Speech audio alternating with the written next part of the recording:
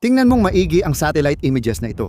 Ang nakikita mo ay ang sentro ng pagsubok ng mga misil sa Kapustinyar, sa rehiyon ng Astrakhan, sa Rusya, mahigit 1,200 kilometro sa loob ng teritoryo ng Rusya.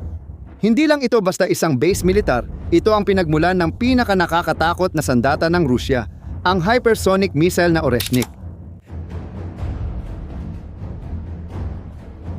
At nakikita mo ba ang mga hangar na yan?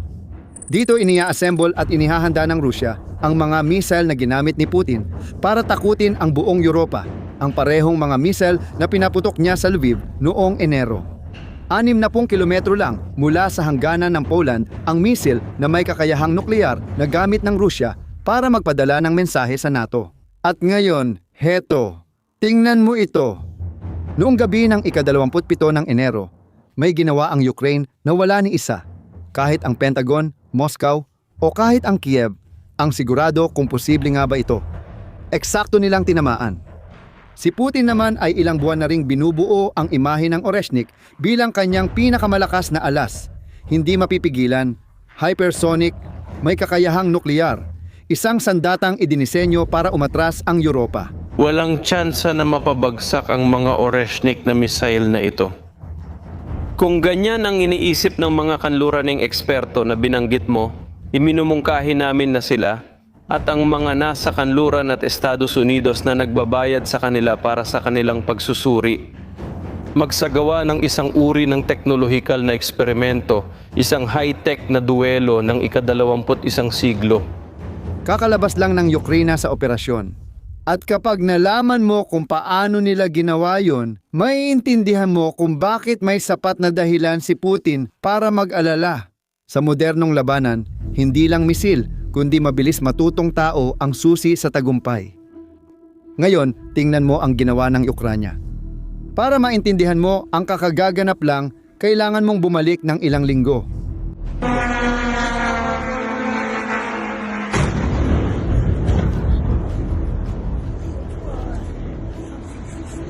Noong gabi ng ika-8 ng Enero, naglunsad ang Rusya ng isa sa pinakamalalaking pag-atake sa himpapawid mula nang magsimula ang digmaan.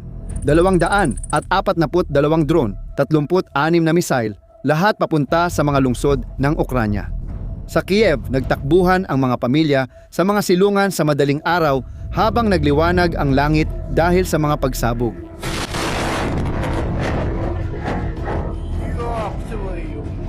Pagkatapos ng pag-atake, 4 na tao ang namatay, 22 ang nasugatan. Pero hindi lang Kiev ang target noong gabing iyon. Habang ang Ukraine ay nakikipaglaban para pabagsakin ang dagsa ng mga misil at drone, may itinatago ang Russia sa gitna ng kaguluhan. Isang nag-iisang misil, Oreshnik, ang pinakawalan diretso sa Lviv. Ngayon, ang Lviv ay hindi basta-bastang lungsod. Nasa kanlurang bahagi ito ng Ukraine, hindi ito nasa harapan. Isa itong sentrong logistiko, isang pasukan ng tulong mula sa kanluran. Ang mga tao roon ay nakakaramdam ng relatibong kaligtasan. Sa katunayan, malayo ang Lviv sa labanan, ngunit noong gabi ng ika-8 ng Enero, naglaho ang pakiramdam ng kaligtasan na iyon. Dahil ang Lviv ay mga 60 hanggang 70 kilometro mula sa hangganan ng Poland at ang Poland ay miyembro ng NATO, hindi sinadya ni Putin na piliin ang Lviv. Malinaw ang mensahe. Kayang abutin ng missile na ito ang NATO. Kayang tamaan ang Warsaw, kayang tamaan ang Berlin, at kayang magdala ng mga nuclear warhead. Kaya umatras kayo, tigilan ang pagtulong sa Ukraine. O kayo ang susunod. Pero teka, may dapat kang maintindihan tungkol sa missile na ito. Ang Oreshnik ay kakaiba sa lahat ng ginamit ng Russia noon. Lumilipad ito ng higit sa Mach 10. Dahil sa bilis nito, nakakabuo ito ng plasma sa paligid. Hindi ito kayang subaybayan ng mga radar ng maayos at kapag tinamaan nito ang target, naglalabas ito ng 36 na individual na mga tama. Bumabagsak mula sa langit na parang isang bagyong gawa sa hypersonic metal. Ang temperatura ng tama ay maihahambing sa ibabaw ng araw. Nag-e-evaporate ang mga bunker, ang konkreto nagiging alikabok. Narito ang detalyeng yumanig sa Europa. Ang missile na ito'y dinisenyo para magdala ng bombang nuklear. Hindi naglagay si Putin ng isa doon nang inatake niya ang Lviv, pero ipinaalam niya sa lahat na pwede sana niyang gawin iyon. Nakuha ng Europa ang mensahe. Agad-agad, nagsimulang magsalita ng hayagan ang mga ministro tungkol sa isang matinding banta sa seguridad. Nagbabala ang military analyst na ibinaba ng Rusya ang threshold para sa posibleng nuklear na tugon. Lahat ay ayon sa plano ni Putin. Nagiging epektibo ang pananakot kapag walang lumalaban sa iyo. Kaya inaasahan niyang umatras ang Europa na pilitin ang Ukraine na makipagkasundo na itigil ang pagpapadala ng mga armas, pero hindi umatras ang Ukraine. Umatake siya 3 linggo matapos ang pag-atake sa Lviv. Tumawid ang mga misil ng Ukraine ng mahigit 1,000 kilometro sa teritoryo ng Russia at tinamaan mismo ang lugar kung saan inilunsad ang Oreshnik. Kapustin Eyar, ang puso ng programa ng hypersonic missiles ng Russia. At ano ang ginamit ng Ukraine? Isang misil na tinawag na Flamingo. At ngayon, narito ang pinakamahalagang bahagi. Kung hindi mo pa narinig ang tungkol sa Flamingo, hindi ka nag-iisa. Isa ito sa mga lihim ng digmaan. Ang Flamingo ay hindi isang karaniwang drone. Hindi rin ito isang karaniwang cruise missile. Isa itong hybrid ng dalawa. Pinagsasama ang autonomiya ng isang drone at ang mapanirang lakas ng isang missile. Hayaan mong ilagay ko ito sa perspektibo.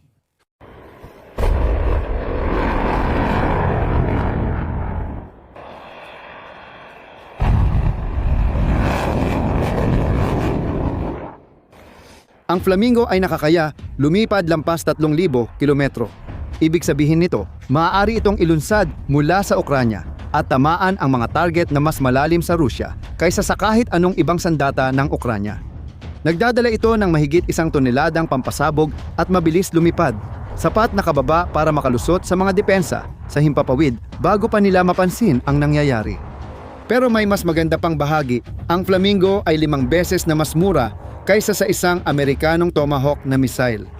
Ang Ukranya ay gumagawa ng mga sandata gamit ang lumang at nire-repurpose na makina ng eroplano na hindi na magagamit para sa orihinal na gamit. Pero gumagana pa rin ang mga ito ng perpekto para sa isang biyahe papunta sa loob ng Rusya. Ang kumpanyang gumagawa ng Flamingo, ang Firepoint, ay nakakagawa na ng 2 hanggang 3 misil kada araw noong katapusan ng 2025. At ambisyoso ang mga plano, ang target ay umabot sa 7 hanggang 8 misil kada araw. Ibig sabihin nito, 12 dosenang Flamingo ang lumalabas mula sa linya ng produksyon bawat linggo, sapat para tuloy-tuloy na mapanatili ang presyon sa mga estratehikong target ng Russia. At ang Kapustin Yar ang naging perpektong target. Nang tamaan ng Flamingo ang bus noong gabi ng Enero 27, wala silang tinamaan na gusali. Dumiretso sila sa mga hangar kung saan inihahanda at binubuo ng Rusya ang mga misil bago ilunsad. Hindi nagsisinungaling ang satellite images. Hindi bababa sa isang hangar ang matinding nasira.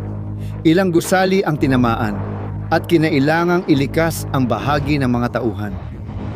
Gusto mo bang malaman ang praktikal na ibig sabihin nito? Kahit marami pang Oreshnik missile ang Rusya, wala na silang mapaghahanda ang lugar para ilunsad ang mga ito. Aabutin ng oras, pera at mga resources ang muling pagtatayo ng mga hangar na ito, pero heto ang tunay na bangungot ni Putin. Kahit muling magtayo ang Rusya, kayang gibain ng Ukranya dahil sa abot ng Flamingo at pagtaas ng produksyon nito. Hindi ito problemang agad masusolusyonan ni Putin. Makinig ka sa totoong ibig sabihin nito. Ipinadala ni Putin ang Oreshnik laban sa Lviv para takutin ang Europa, para magpakita ng kapangyarihan, para umatras ang lahat. Pero sumagot ang Ukranya at tinamaan mismo ang pinagmulan ng Oreshnik. At bigla, humarap si Putin sa isang problemang hindi niya kailanman inakala na mangyayari sa kanya. Ngayon, may tunay ng kapangyarihan ang Ukranya para gumanti. Bago ang Flamingo, kaya lang atakihin ng Ukranya ang mga target na malapit sa hangganan, mga imbakan ng gasolina, mga base ng eroplano. Sa harapan, walang malalim. Ngayon, ang Kapustin Yar na 100-200 kilometro mula sa hangganan ay narating ng Flamingo. Nadaanan nito ang depensa ng Rusya. Tinamaan ang isa sa pinakaprotektadong bahagi ng kompleks militar at nagdulot ng pinsala. Binabago nito ng lubusan ang laro dahil ngayon anumang base ng Rusya na maglulunsad ng mga pag-atake laban sa Ukranya ay nagiging potensyal na target, isipin mo yon. Ang Shaikovka base ay malapit sa hangganan. May mabibigat na bomber, posibleng sandatang nuklear at abot ng Flamingo. Ang base panghimpapawid ng Chkalovsky ay nagsisilbi sa Baltic Fleet. Maaring tumutulong ito sa Shadow Fleet na nagpapanatili ng daloy ng pera mula sa langis papunta sa Rusya. Abot din ito. Kayang tamaan ng Flamingo ang 2 dosenang base militar ng Rusya. Marami sa mga ito ay daan-daang kilometro ang layo, higit pa sa naaabot ng Ukraine noon. Tiyak na nagtatanong si Putin, kung kaya ng Ukraine tamaan ang lugar ng paglulunsad ng Oreshnik, ano pa ang kaya nitong tamaan? Ang sagot ay simple, mas marami pa kaysa sa gusto niyang aminin. At dito na pumapasok ang bahagi na nagpapa-irreversible sa lahat ng ito. Hindi dahil hindi kayang muling itayo ng Rusya ang Kapustinyar, kaya nila, kundi dahil napatunayan ng Ukranya ang isang bagay na hindi na kayang pabulaanan. Napatunayan nila ang kakayahan, teknolohiya at determinasyong tamaan ang sentro ng kapangyarihang militar ng Rusya. Bawat bagong Flamingo mula sa linya ng produksyon ay lalong nagpapadagdag ng presyon kay Putin. Lahat ng base militar ng Rusya sa loob ng 3,000 kilometrong bilog ay mahina na. Habang pinapaganda ng Ukranya ang disenyo, pinapataas din nito ang tagumpay at produksyon. Lalong lalala ang kahinaang iyon. Nilinaw ito ni Pangulong Zelensky noong Disyembre. Sinabi niya na sa isang kamakailang pagsubok, 5 Flamingo ang inilunsad. 1 ang tumama sa target, 4 ang na-intercept. Pero pagkatapos, nagdagdag siya ng isang bagay na kapansin-pansin. Sinabi niya, lalong lumalakas ang lahat ng ito sa aktwal na karanasan, buwan-buwan. At gusto mo bang malaman kung ano ang ibig niyang sabihin? Ang Flamingo na tumama sa Kapustinyar ay hindi pa ang pinakamagandang bersyon na magkakaroon, simula pa lang ito. Magpapatuloy ang Ukraine sa pagsubok, pag-aayos, pagpapabuti at pagpapahirap na ma-intercept. At sa bawat pagkakataon na bigyan ni Putin ng dahilan ang Ukraine para gamitin ang Flamingo, lalong gumagaling ang missile. Pero ngayon, narito ang tanong na tinatanong ng lahat. Sa huli, sasagot ba si Putin? O mas mabuti pa, sasagot ba siya gamit ang mga sandatang nuklear? Ang sagot ay hindi, at kailangan mong maintindihan kung bakit. Ang pag-atake sa Kapustinyar, at hindi lang ito tungkol sa pagsira ng mga hangar, kundi tungkol ito sa pagtawag sa nuclear bluff ni Putin. Sa mga nakaraang buwan, nagbanta ang Rusya tungkol sa paggamit ng nuklear. Binago ang doktrina nito, ibinaba ang pamantayan para sa atomikong tugon at nagsagawa ng espesyal na pagpupulong ng Konseho ng Seguridad para talakayin ang posibleng nuclear test. Lahat ng ito ay palabas lang, sinadyang pananakot para umatras ang Europa.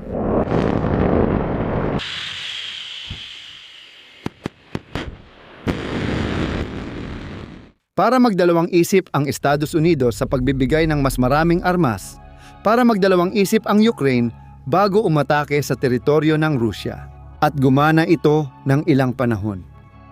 Pero pinilit ng Ukraine si Putin, inatake nila ang isang pasilidad ng mga sandatang nuklear gamit ang isang karaniwang pag-atake. At ngayon, may dalawang opsyon si Putin. Ang unang opsyon ay tumugon gamit ang isang sandatang nuklear, gumamit ng taktikal na bomba laban sa mga target ng Ukraine. Patunayan na hindi siya nagbabluff at agad maging bansang hindi gagalawin ng kahit sinong bansa. Ititigil ng Estados Unidos ang lahat ng kooperasyon, lalayo ang China, pinakamalakas na kaalyado ni Putin, pati na rin ang India at lalo pang dadami ang parusang pang-ekonomiya. Ang Rusya ang magiging unang bansa na gagamit ng mga sandatang nuklear sa labanan mula pa noong 1945. Yun na ang katapusan. Ang pangalawang opsyon ay huwag gumawa ng kahit anong nuklear, ipagpatuloy ang mga karaniwang pag-atake, subukang muling itayo ang Kapustinyar at tahimik na aminin na lahat ng banta ng nuklear ay walang laman. Mawawala ng kredibilidad bilang isang nuklear na kapangyarihan. Pinili ni Putin ang pangalawang opsyon dahil alam niyang ang una ay katapusan ng Rusya at alam din ito ng Ukranya. Kaya inatake nila, umaasa silang hindi tatawid si Putin sa linyang iyon at tama sila. Dahil dito, hindi na maibabalik ang sandaling ito. Hindi lang ito tungkol sa pisikal na pinsala sa Kapustinyar, kundi pati na rin sa pinsala sa kredibilidad ni Putin bilang leader na handang gumamit ng lakas nuklear. Nakita ito ng Europa, nakita ito ng OTAN, At ang mas mahalaga, nakita rin ito ng mismong Rusya. Nahulog na ang maskara at hindi na ito maibabalik pa. Hindi lang tinamaan ng Ukranya ang base ng Oreshnik, tinamaan din nito ang pundasyon ng estratehiya ng pananakot nuklear ni Putin. Kapag winasak mo ang pundasyon, guguho ang lahat. Gusto kong malaman ang opinyon mo. Sa tingin mo ba tama ang desisyon ng Ukranya sa pag-atake sa Kapustinyar? Isa ba itong matalinong galaw o masyadong mapanganib? Ilagay ang sagot mo sa komento. At kung mahalaga sa iyo ang video, ibahagi ito sa mga kailangang maintindihan ang nangyayari sa digmaang ito. Mag-subscribe ka sa channel para hindi mo ma-miss ang mga susunod na pagsusuri. Hanggang sa muli.